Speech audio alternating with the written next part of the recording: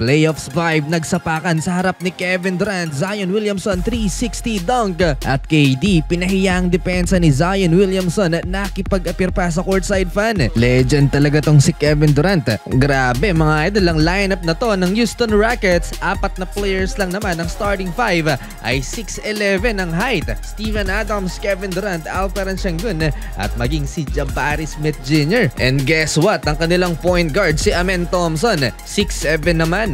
Kaya litaw na litaw yung height advantage nila kontra dito sa New Orleans Pelicans. Sa tangkad ng lineup na to, si Kevin Durant pa ang shooting guard habang si Jabari Smith ang small forward. Lakas naman ang pao ni Zion Williamson. Jeremiah Fears, the rookie to Zion, libreng-libre. With the healthy Zion Williamson na itabla ng New Orleans Pelicans ang talaan sa 26 kontra sa Houston Rockets. From defense to offense ang ginawa ni Zion dito sa pagtatapos ng first quarter, kaya nakalamang pa sila at the end of opening frame 28-26. Interesting ang nangyari dito mga idol sa second quarter kung saan may unusual na nangyari. Itong si Jose Alvarado nang ipinasok for New Orleans, maganda ipinakitang performance sa opensa at nag-mini run nga ang home team. Hindi agad napigilan ng sandamakmak na 6'11 ng Houston Rockets ang mas maliit na player sa court.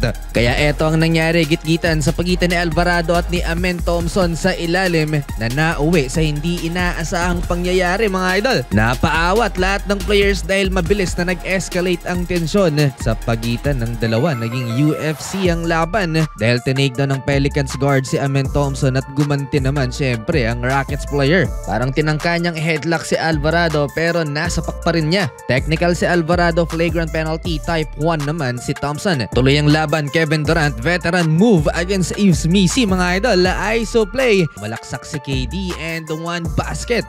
Lagi namang sumasagot ang New Orleans Pelicans. Eto steal ni Zion Williamson at finish ni Trey Murphy. And again, Kevin Durant fade away, classic move ni KD. Parang hindi typical na preseason game to mga idol dahil sa intensity at all out ang mga stars. 11 seconds remaining, nakalamang ang Pelicans pero agad na binawi yan ni Kevin Durant with another fade away to beat the game clock. 60-59, isa ang hawak na lamang ng Rockets halftime. Zion Williamson start the third quarter with a pull-up mid-range J. Amen Thompson fires back with a 3-pointer, 17 points at Jabari Smith Jr. 3-pointer din, 19 points na. Dahil sa tangkad ng lineup ng Houston Rockets mga idol, na out-rebound din nila ang Pelicans. Nangamote tuloy si Jordan Poole, 30% lamang sa field. Pas ni Jabari Smith Jr. may 24 points na dahil sa tres na to at mas lumaki pa lalo ang kanyang katawan mga idol. 7-minute mark, here comes Zion Williamson. Binigyan ng entertainment ang mga fans with his 360 dunks sa open court. Halfway ng third quarter, isa-isa nang nilabas ang starting 5 ng New Orleans Pelicans. Habang sa Rockets naglalaro pa ang starting 5 nila, naiskora ni Saddiq Bey si KD and one. Dahil sa lumulobong lamang at patuloy na paglalaro ng mga stars ng Rockets, muling ipinasok si Zion Williamson last 3 minutes. Pero pinagpaglang ni KD yung depensa niya. Tingnan nyo yung senyas ni Kevin Durant na gusto niyang mag-ISO at hindi na niya pinagset ng pick si Steven Adams dahil kayang-kaya daw niya si Zion Williamson. Umatake si KD, he absorbs the contact and one basket para sa future Hall of Famer. Nakipag-appear pa sa courtside fan si Kevin Durant. After mag-take ng free throw ni KD mga idol ay inilabas na din siya sa laro. 15 points in 28 minutes for Kevin Durant. Sa bench ng Houston, nanguna itong si Tari Eason with 20 points mga idol. Zion Williamson ends the third quarter with a layup plus foul.